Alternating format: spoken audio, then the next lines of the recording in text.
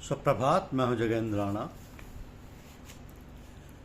आज की हमारी आध्यात्मिक चर्चा का विषय है कर्म करने की कला। कर्म करने की कला। संसार के समस्त प्राणी अपने अपने स्वभाव के परवश होकर आहार, निद्रा, भय, मैथुन और धर्म संबंधी चेष्टा रूप कर्म किया करते हैं। इन प्राणियों में मनुष्य की प्रवृत्ति कुछ न कुछ सांसारिक वस्तु की प्राप्ति के लिए होती है। जब तक उसका अपने लिए कुछ करना शेष रहता ही है। अपने लिए कुछ पाने की इच्छा से मनुष्य कर्म से बंध जाता है। उस इच्छा की निवृत्ति के लिए कुछ कर्तव्य कर्म करने की आवश्यकता है। यद्यपि मानव मात्र में कर्म करने का राज आदिकाल से चला आ रहा है, जिसे मिटाने के लिए कर्म करना आवश्यक है। परंतु वे कर्म किस भाव और उद्देश्य से किए जाएं कि करने का राग सर्वथा मिट जाए, उस कर्तव्य कर्म के करने की कला को कर्मयोग कहते हैं। अब क्योंकि कार्य छोटा हो या बड़ा, इस पर दृष्टि न रखकर करने योग्य कर्तव्य कर्मों को दूसरों के हित में करना कर्मयोग है। जब तक अपने लिए कुछ पाने की इच्छा रहती है, तब तक कर्मों के साथ संबंध बना रहता है। क्योंकि प्राणियों के स्वभाव का निर्माण वृत्तियों से होता है और वृत्तियां गुणों से बनती हैं। जैसे सत्व गुण प्रधान व्यक्ति में धर्माधिक सत्व प्रधान कर्म होते हैं। रज प्रधान मनुष्य में काम, क्रोध, लोभ, मोह आदि मत्सर या लोभ, मोह, मद, मत्सर आदि षट दोष में कर्म होते हैं। षट दोष: काम, क्रोध, लोभ, मोह, मद, मत्सर, ये षट दोष यानी 6 दोष बताए गए। और तम प्रधान व्यक्ति के द्वारा निद्रा, आलस्य रूप कर्म होते हैं। यद्यपि समस्त संसार के प्राणी त्रिगुण में हैं, तो प्रकृतिजन्य गुण प्रकृति के परवश हुए प्राणियों से कर्म कराते हैं। क्योंकि प्रकृति और गुण दोनों ही क्रियाशील हैं। यद्यपि मनुष्य की धारणा ऐसी बनी हुई है जिसके अनुसार उनके बच्चों का पालन पोषण तथा आजीविका, व्यापार, नौकरी, अध्ययन को ही कर्म मानते हैं। इसके अतिरिक्त खाना पीना, सोना, बैठना, चिंतन करना आदि को कर्म नहीं मानते हैं। और ये मान लेता हूं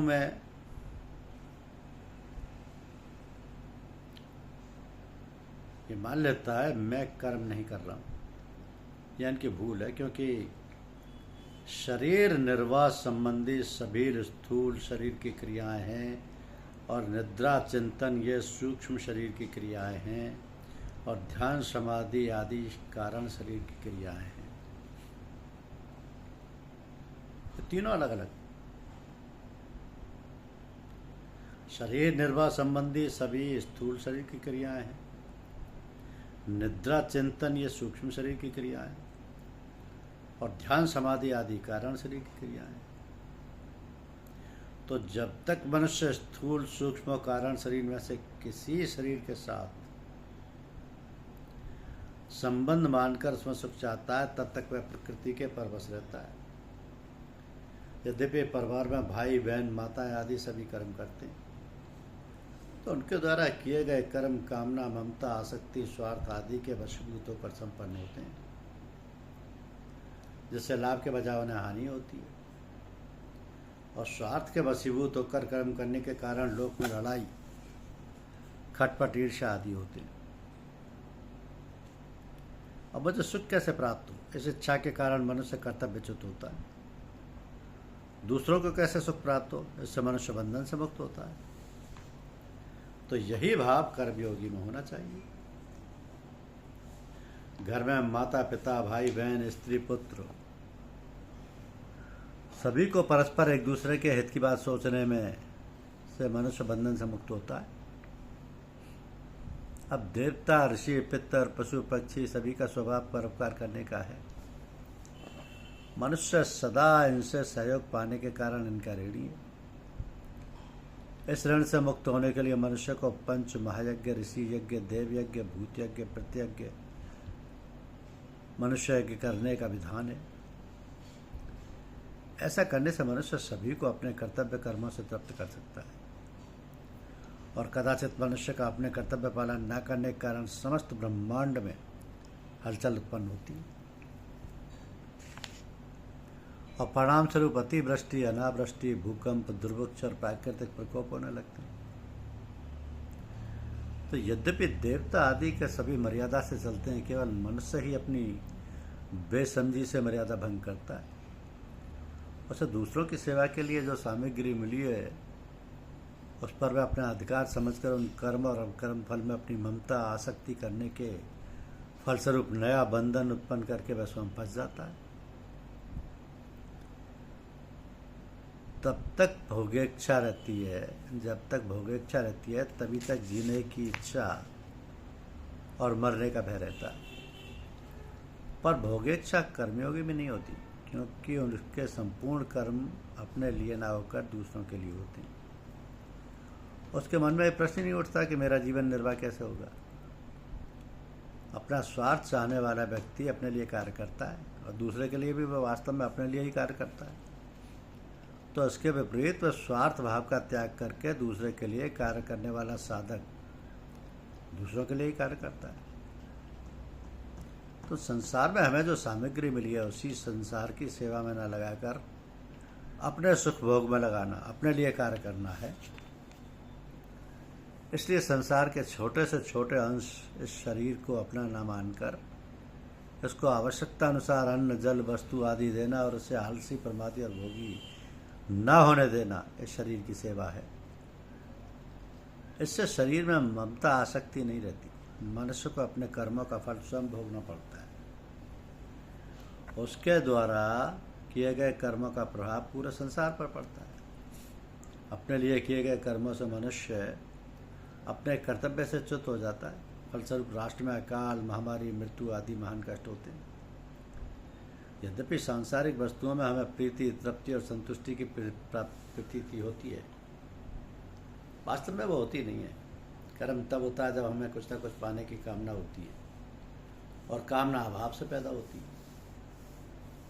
तो कर्म दो प्रकार के किए जाते हैं, कामना पूर्ति के लिए और कामना निवृत्ति के लिए।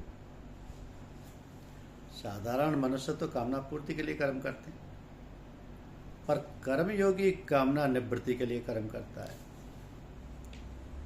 पशु, पक्षी, वृक्ष, लता नया कर्म नहीं कर सकते, परंतु देवता आदि में नया कर्म करने की सामर्थ्य तो होती है और वह पहले किए गए शुभ कर्मों के फल को भोगने के लिए है। वे सुख भोग में लिप्त रहने के लिए नया कर्म नहीं कर सकते। नारकीय जीव भोग योनि के कारण दुष्कर्मों के फल भोगते हैं, नया कर्म नहीं कर सकते। नया कर्म करने में सिर्फ मनुष्य का ही अधिकार है। मानव शरीर में पुराने कर्मों का फल भोग और नया पुरुषार्थ होता है। तो कीट, पतंग, पशु, पक्षी, ब्रह्मलोक पर्यंत समस्त देवता ये सब भोग योनि है। शास्त्रों का विधि निषेध, ऐसा करो ऐसा ना करो, उसके लिए नहीं है। यद्यपि मनुष्य कर्म तो एक करता है और उक्त कर्म के फल अनेक चाहता है। जिस प्रकार मैं अमुक कर्म कर रहा हूँ, संसार में मेरी कीर्ति हो जाए, मुझे लोग अच्छा समझें, मुझे आदर दें और मुझे धन प्राप्त हो जाए। तो मनुष्य में कामना पैदा होने से अभाव होता है और कामना की पूर्ति होने पर, परतंत्रता पूर्ति न होने पर दुख और कामना पूर्ति से सुख उत्पन्न होने से नई कामना का जन्म होता है।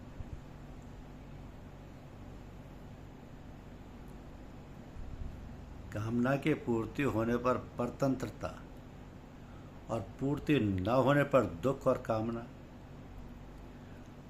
न होने पर दुख और कामना पूर्ति से सुख उत्पन्न होने से नई कामना का जन्म होता है। उसके बाद फिर नई कामना उत्पन्न होती रहती है, फिर नए नए कर्म करने की इच्छा पैदा होती है। उसको विवेक के साथ सही समझ लेने पर निष्कर्मता आती है। कर्म नित्य नहीं है, उसका आरंभ और अंत होता है, तथा उसका फल भी नित्य नहीं है। अनित्य कर्म, उसके अनित्य फल को विवेक से समझ लेने पर यही लाभ होता है कि उससे निष्कर्मता का जन्म होता है। तो मनुष्य के निष्काम होने से संसार बंधन छूट जाता है तथा परमात्म तत्व की प्राप्ति होती है। अब कर्मों में निष्काम होने के लिए साधक में विवेक का होना आवश्यक है, और साथ में सेवा भाव भी होने से कर्मयोग का आचरण ठीक तरह से होता है। नहीं तो कर्म तो हो जाएंगे परंतु योग नहीं होगा। कर्म तो हो जाएंगे परंतु योग नहीं होगा।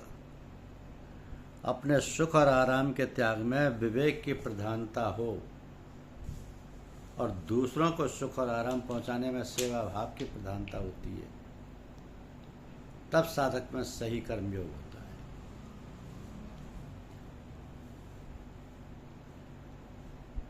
तो समस्त प्राणी अपने अपने स्वभाव के परवश होकर आहार, निद्रा, भय, मैथुन और धर्म संबंधी चेष्टा रूप कर्म किया करते।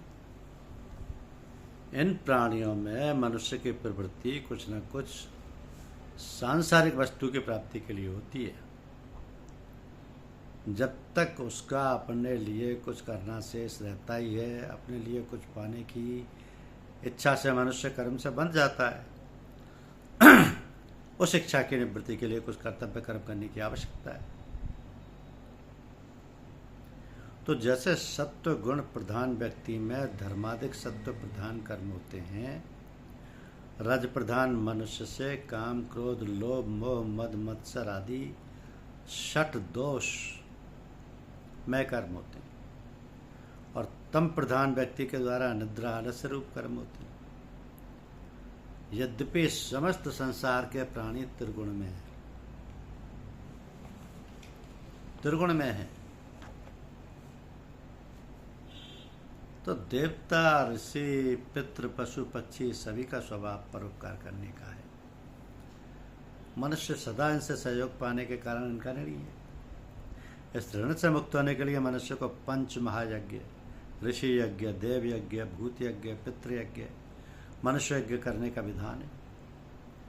ऐसा करने से मनुष्य सभी को अपने कर्तव्य कर्मों से तृप्त कर सकता है, और कदाचित मनुष्य का अपने कर्तव्य पालन न करने के कारण समस्त ब्रह्मांड में हलचल उत्पन्न होती है, और परिणाम स्वरूप अतिवृष्टि, अनावृष्टि, भूकंप, दुर्भिक्ष और प्राकृतिक प्रकोप होने लगते हैं।